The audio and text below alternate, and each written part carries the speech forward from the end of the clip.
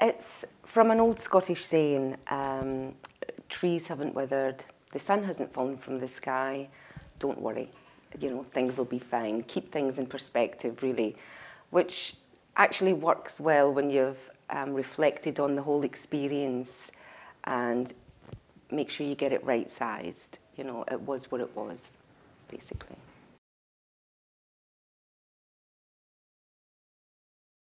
I did experiment with other styles, but I thought it was probably a bit too telling doing it that way. So I thought the best way to do it would just be to write it as it happened, as the child sort of experienced it, and then just leave it to the reader. They can make up their own minds how it was.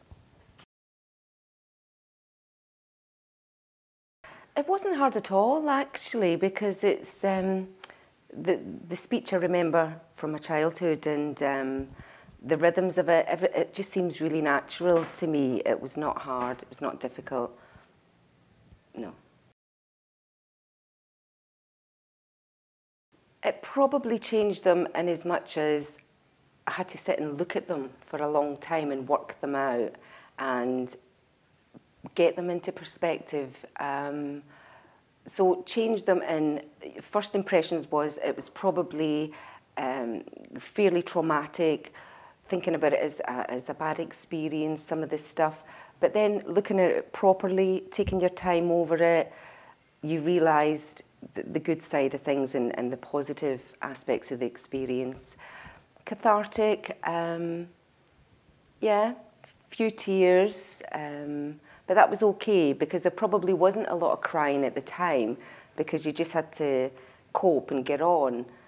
So allowing yourself as an adult to just have those few tears and think, okay, it was sad, recognise that, but move on.